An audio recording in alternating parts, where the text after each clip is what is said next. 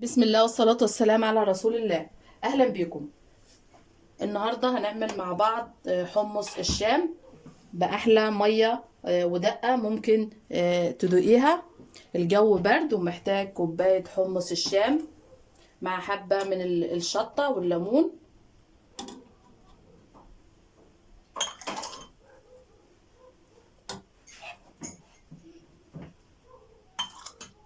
تابعينا لآخر الفيديو علشان تعرفي عملنا حمص الشام بالمية والدقة الجميلة دي ازاي.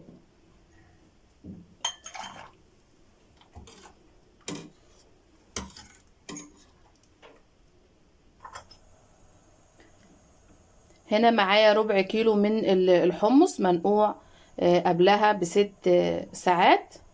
لازم يكون منقوع قبلها ب6 ساعات على الأقل. وشطفناه من المية النقع وزودناه مية اللي احنا محتاجينها.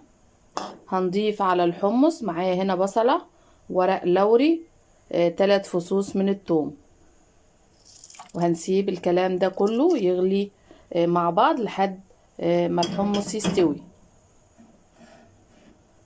وبعدين هنشوف التوابل اللي هنضيفها للحمص.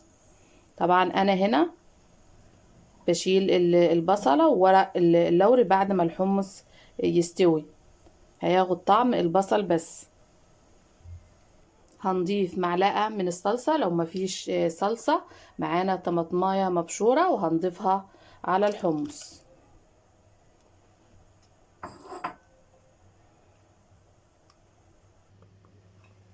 هنا خلاص الحمص استوى معانا. دلوقتي هنضيف الملح والتوابل اللي هتخلي مية الحمص بتاعنا في حتة تانية خالص.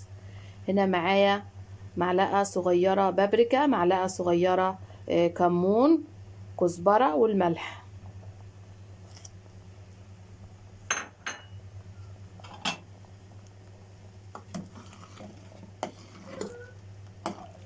خلاص كده الحمص استوى، هنطفي عليه وهنغرف في الكوبايات.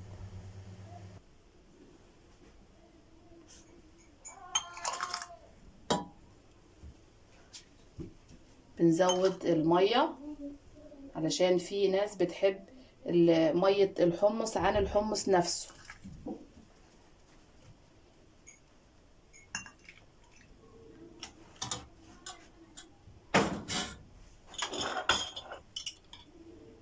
بضيف عصير الليمون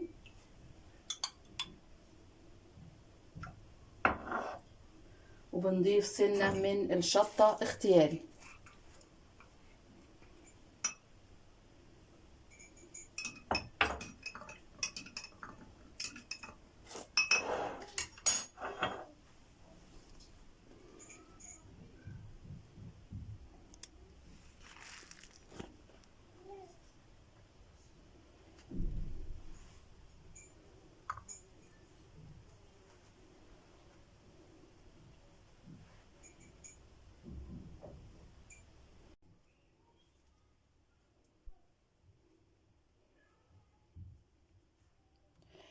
جربيه واعمليه لأولادك في البيت بأحلى مية. وده كان فيديو النهاردة، وصفة النهاردة. بتمنى تكون عجبتكم. ما تنسوش تحطوا لايك للفيديو، تشتركوا في القناة، وتتابعوا فيديوهاتنا، واستنونا في فيديوهات تانية بمشيئة الله وفي حفظ الله ورعايته.